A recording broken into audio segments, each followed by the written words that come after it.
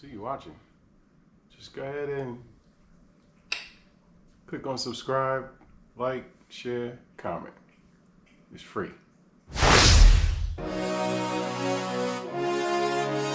Citizen to a citizen, fool. Citizen to a citizen, fool. Another one. Key to life.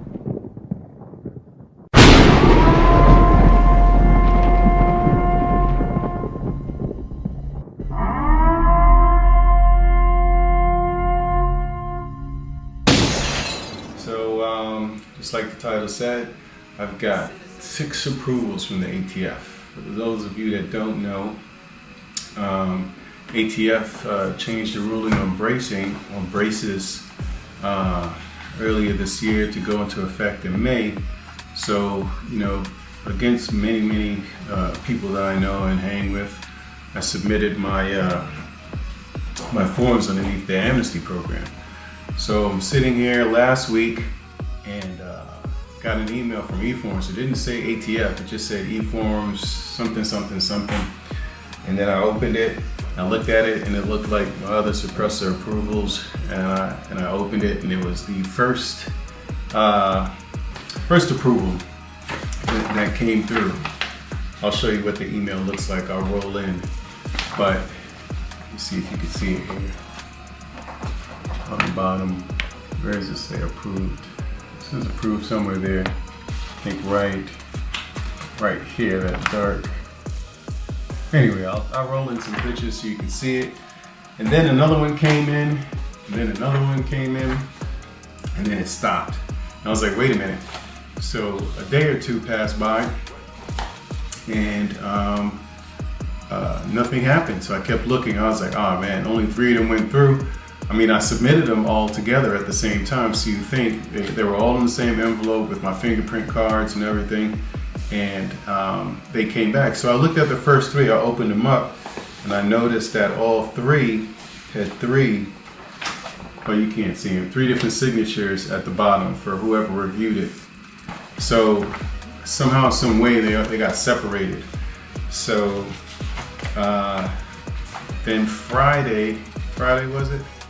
Friday, I got another one back in, and then yesterday I got the last 2 back in. So all 6 were approved. You gotta be kidding me.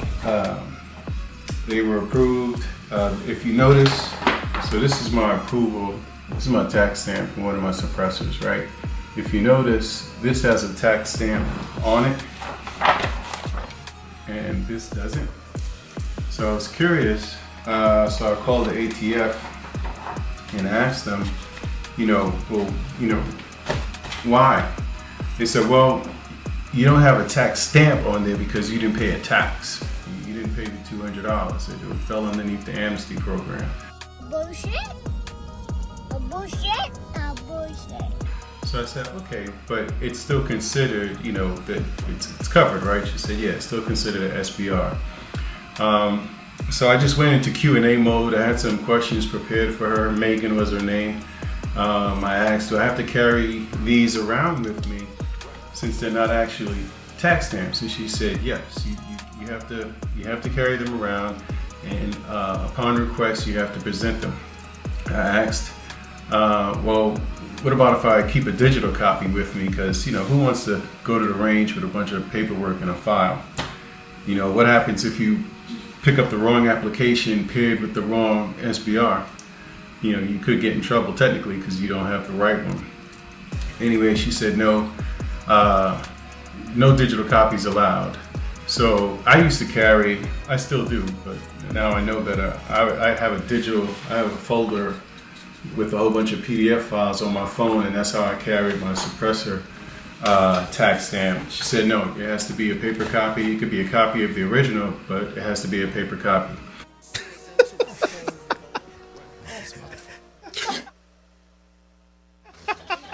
Nah, fuck this. I ain't staying in here for this shit. So for all of you carriers out there that was carrying digitally, the ATF is not accepting that. What does so that was one of the questions. What does approved with conditions mean? So at the bottom of all of these approvals, that big stamp, it says approved with conditions, see conditions on the back. I'll take a picture and I'll roll it in. Along the back, it says approval conditions, and it says pursuant to the ATF Final Rule 2021R-08F. Well, that just means that these are approved. And let's say if the rule is overturned, then it's I guess it goes back to a pistol or what have you. She was very vague in answering that, so I'm not too sure how that's gonna go. Yeah, very vague. So now that they considered SBRs, I mean, I knew the answer to this, but I just wanted to ask just to make sure. I had a few follow-up questions. So now that they considered SBRs, right? You know, well, one, we have to carry the paperwork with it, right? But if you're traveling out of state, whether you're driving or flying, now that they considered SBRs, I'm not sure if you knew this or not. Let me show Claire real quick.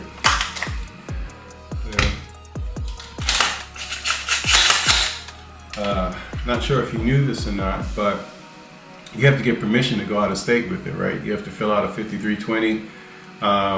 There's no cost for the form. You can get it online. You send it in. They ask that you allow for mailing time, but typically approvals come back in 14 days. So, you know, if you're planning a trip 30 days out, you want to go ahead and make sure you have that. Unless this is a destination that you frequent, she said that you specify the time that you'll be traveling to this place. So if you go to Florida, I go to Florida a couple of times a year, you can specify from whatever, September 29th, 2023 to September 30th, 2024. So you're good for up to a year where you can go ahead and travel with that approval from the ATF. So it's not like you gotta do this. Now, but it's destination specific. So if Florida is one of the states and you have another state, you fill out a separate 5320 and send it in for that. So just in case you didn't know that. I asked what happens, when the rule is overturned or if it's overturned. She said she'll post it, the ATF will post it on atf.gov and let you know, what the outcome is and what the next steps are. So right now, it seems to me like they don't really know. One of the questions that I was asking, because one of my suppressors is taking a little bit longer, I wouldn't say taking a little bit longer, but for my taste, it's taking longer to come back. So I asked her, does the increase in SBR applications impede on the processing time for suppressors? She said no. It's two completely different teams. It's the same teams that were working on suppressor applications before. They're not touching SBR applications. So that's good to know. So for those of you who are applying for suppressors, you can go ahead and apply for them. It's not going to increase your wait time just because we're waiting for these to get approved. Hopefully the government doesn't shut down, because if it does, that does impact that whole process. So, now that I got all these approvals, I went ahead and put braces back on all of my APRs, now SBRs. This is my, what is this? It's my 7.5 inch. I think everybody's seen this already. 7.5 inch APR with the Log Tactical folding brace. So what I'm thinking about now, since I technically have SBRs, do I Do I put a foregrip on it? I don't think I'm gonna put a foregrip on it on this one, but do I change the actual brace to a stock? I don't know. I mean, this one is kind of, I mean, it's not bad. It kind of goes with the whole gray and black and silver look of it. So, I don't know, this one's 7.5 inch. I like it. Like I said, you've seen this on the channel. So I've got the brace back on this one. Let's see what else we got. Oh yeah. That one was a build. This one is a build. All Air Precision parts on the last two. Most of these, 4 out of 6 of these are Air Precision builds that I did. Let me go ahead. Show clear.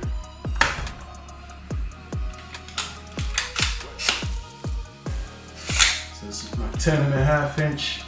This was my first AR pistol build.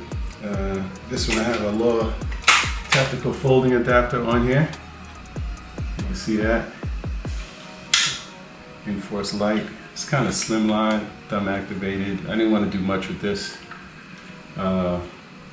Got an MDX 25 primary arms with the ACS reticle, flip up sights.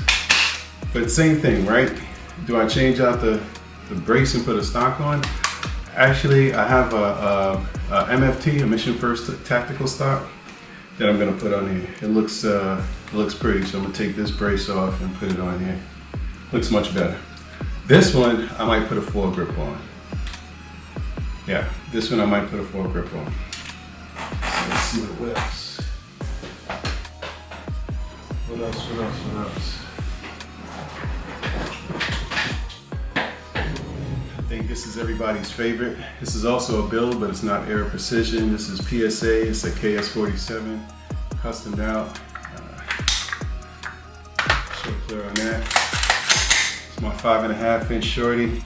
I'm not changing this brace out. This is gonna remain just the same. Doesn't make sense. I can just change this piece out back here. Just this little plastic piece to the hard brace. That might be a waste of money for me. This is not a big deal. I don't mind shooting with braces. It doesn't bend and fold like everybody says it does. It's just fine once it's tucked in there. But yeah, this is definitely a build that a lot of people liked on the previous video I did. Super compact, 5.5 inches, shoot 7.62 out of 39 with a AR style upper, AK lower. Got my house on 510C. Gained events, fixed sights. I love it. Did I show clear? Clear. Yeah. So keeping the stock on this one. No foregrip, no room for it, as you can see. No room for it. What else we got? Oh, this is another one. It's another Air Precision build. Suppressed. Let me go ahead and show clear. This baby blue, clear. It's another one I'm keeping the brace on. Nice and compact. Oh, that's the one that goes in, comes out here. Got the magnifier on here. Did I show clear? In case I didn't. Crank that off. It's quiet. I mean, it's quiet with the suppressor on, obviously, but it's not that loud with the suppressor off. Shooting subs out of here. But yeah, this one again. I'm not putting a foregrip on this. I like the little. I think it's a BCM grip right here. Like Holliston setup 503G. Shake and wake. All of these have shake and wake on them. Let's see. And big boy.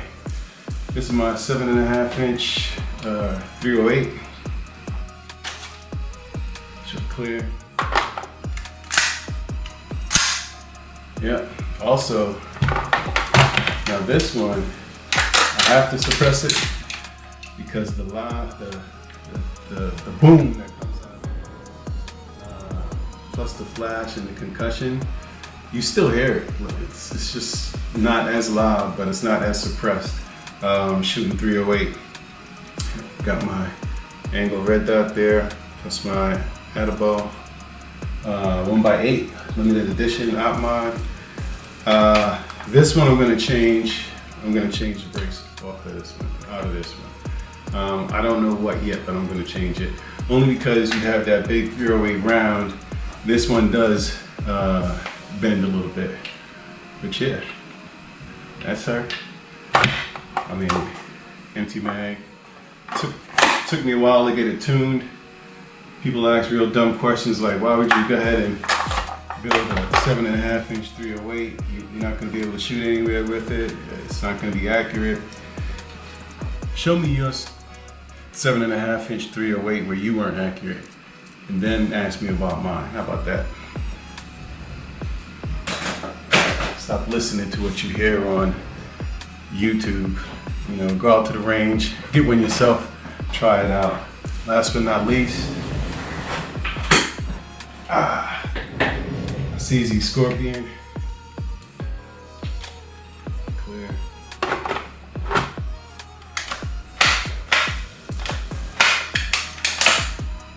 Clear.